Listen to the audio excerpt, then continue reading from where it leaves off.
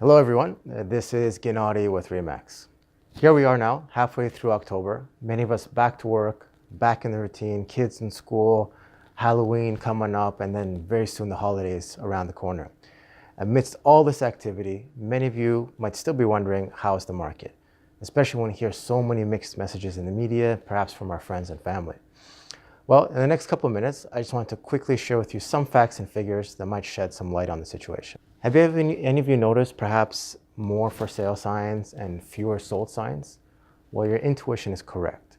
The supply of homes in the Greater Vancouver area has seen significant increases in the past few months, while home buyer demand remains relatively low for this time of year. Let's take a closer look. Last month, realtors across the region registered just under 1,600 sales. This is a 44% decline from the same month and 36% below the 10-year September average. Last month, there were about 5,300 homes added onto the market, bringing the total number of homes for sale to just over 13,000.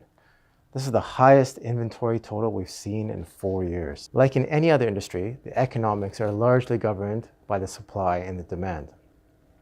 In our realtor world, we measure this by looking at the total number of sales against the total number of listings and come up with a metric called sales to active listing ratio. Some of you perhaps remember me speaking to you about this before. Simply put, these ratios show us how fast or how slow the market is moving and whether we are in a buyer's market or a seller's market or perhaps somewhere in between, a balanced market.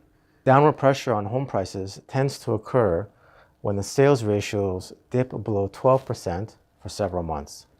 Conversely, home prices tend to go up when sales ratios remain over 20% for a sustained period of time, like we saw in 2016 and 2017. 12 to 20% is considered a balanced market. The ratio average for all properties in the Lower Mainland is now at roughly 12%. This is the third month in a row we've seen a balanced market. However, the trend is moving towards a buyer's market. When we break it down by property type, detached homes have clearly moved the most into a buyer's market with this 8% sales ratio. Meanwhile, condos and townhouses are still in a balanced market. Although the average price of homes across all property types is still higher than this time last year, we can clearly see the downward pressure on prices the last few months.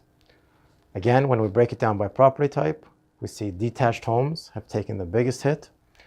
Meanwhile, condos and townhouses took a bit longer to feel the market shift. However, they too have now seen evidence of dropping prices since the summer months. So what does all this mean to you? Well, it really depends a lot on where you live, whether you're a buyer or a seller, and when you would ideally like to make your move.